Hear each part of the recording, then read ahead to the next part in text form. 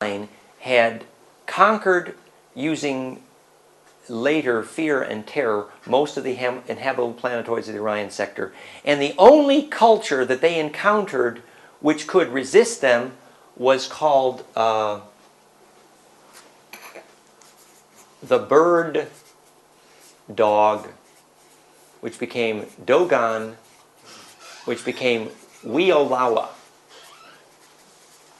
And the bird dog culture is basically this culture. And Antu, here on Sirius A, has a piece of the bird dog culture.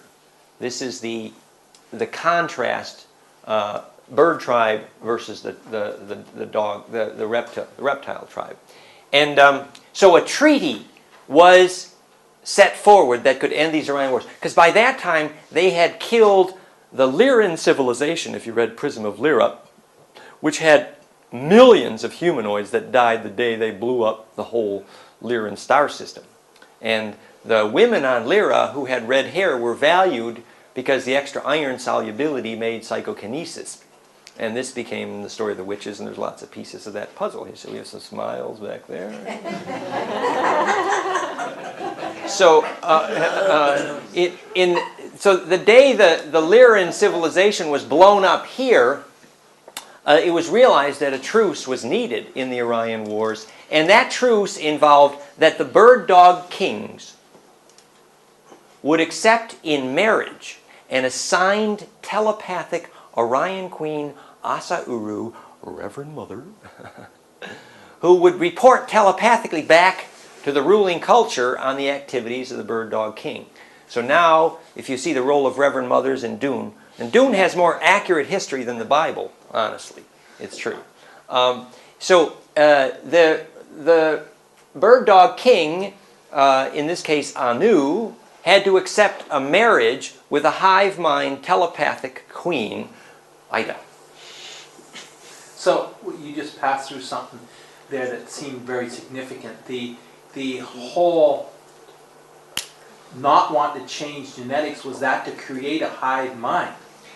Actually, remember, the closer to the morphic resonance, i.e. ants, bees, whatever, the more hive mind you're going to create. That's the right question. This all has to do with what's the difference between individuation versus hive mind. That's this whole story. Or Borg mentality. So the whole story is about that, so we should investigate that a little bit.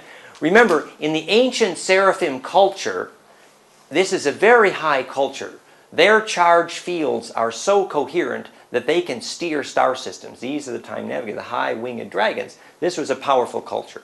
But in the process of this fall, they lost track of the pure principle that allowed DNA to implode and get ignited with bliss. Remember, the title of our story is Ignition of DNA. So, in the process of losing track of what was keeping DNA on fire, there was desperation. How do we keep our DNA from decaying? Oh, let's make genetic records of the history of the last 1,000,000 years and keep track so the DNA doesn't decay anymore. This is the Seraphim. This is who Joseph Smith was talking to at the origin of the Mormons, right? We must track our DNA so it doesn't fall apart even more. Oh my God. Oh, goodness that we should ever set it free. That would be scary. Well, it isn't. So this was a failure to recognize the primal intelligence of DNA, obviously. This was an insult to DNA. But the insult to DNA that resulted in hive mind, do you know why total telepathy prevents compassion? If you yes, perceiver, we don't need to feel. It's all good, excellent, very good answer, very good. Go to the head of the class, Ron. Thank you. Yes. So if you never feel separate, you can't feel the agony of what it is to be separate, and so you can't experience the need for compassion, which initiates the turning inside out, the feeling, precisely. So in this culture, they had evolved an extreme telepathy. And that telepathy is related to the gold powder story, which we're about to get to. So, let's see if I put my gold powder in here. I did, I thought. The gold powder. Oh, the gold powder story.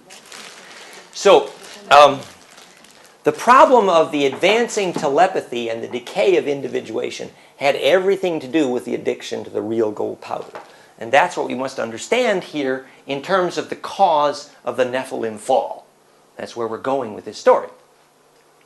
So, the wars had been murderous. This culture had welded themselves to too much metal. They had evolved a technology to create a form of immortality. The suspensors around Harkonnen, Ariel, Sharon in life support, same physics. Yeah, this is a Borg phenomenon, and That's so great. yeah, and so they were now using metallic systems to support DNA, but the direct result of that was DNA stopped imploding. So suddenly they've got an evolved technology involving metal to prevent aging, but their DNA keeps decaying faster. Oh my God, they got a problem. So in this culture, originally, when a high telepathic dragon queen, Asa Uru, containing thousands of generations of genetic memory, was ready to die, 10,000 years these dragons would live to be, 5 to 10,000 years.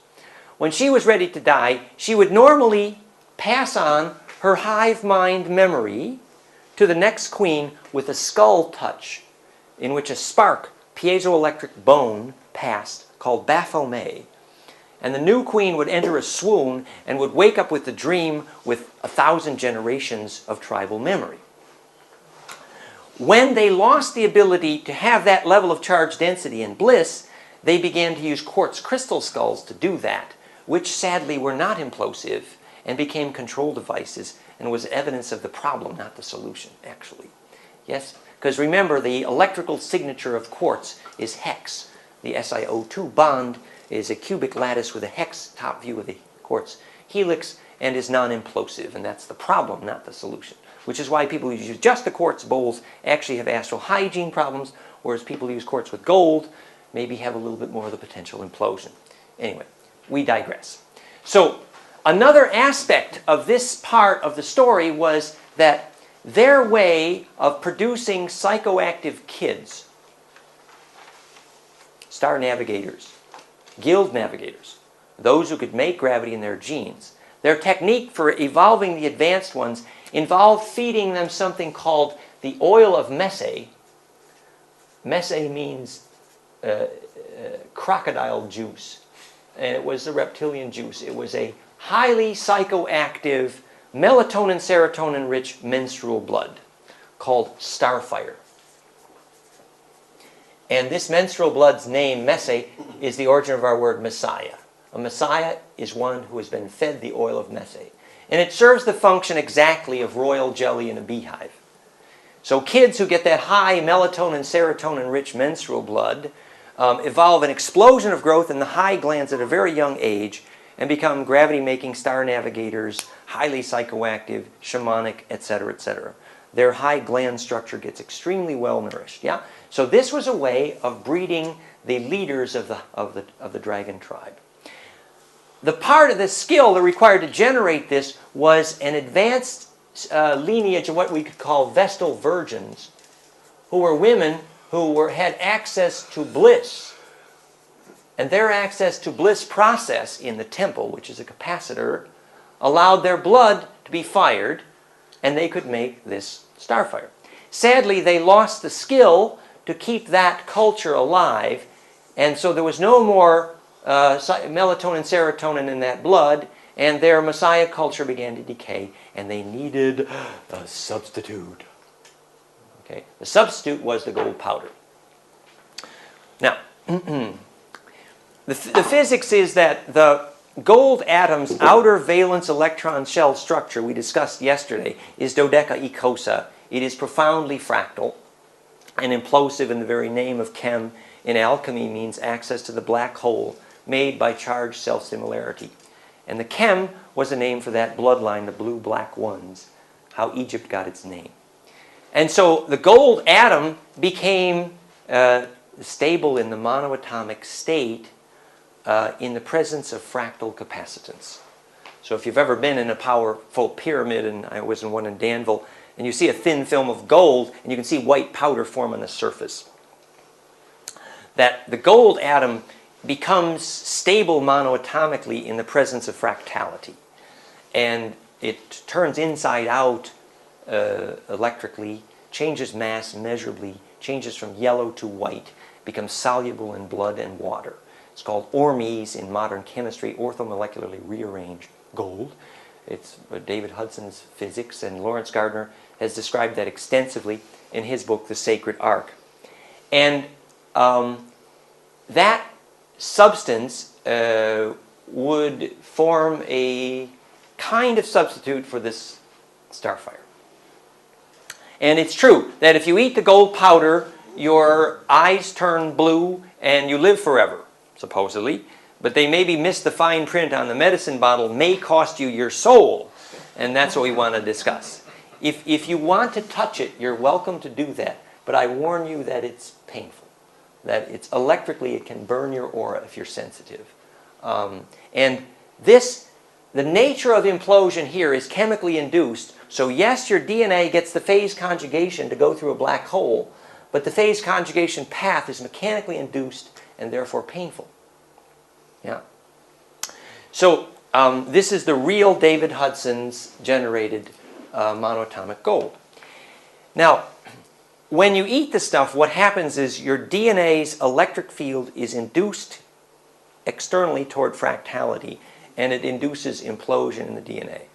The mechanical result is that you hear your ears ring, like Kundalini onset, but the ringing is mechanically induced. The normal ears ringing is called sangreal, sound current, song in the blood, and it is the voices of your ancestors.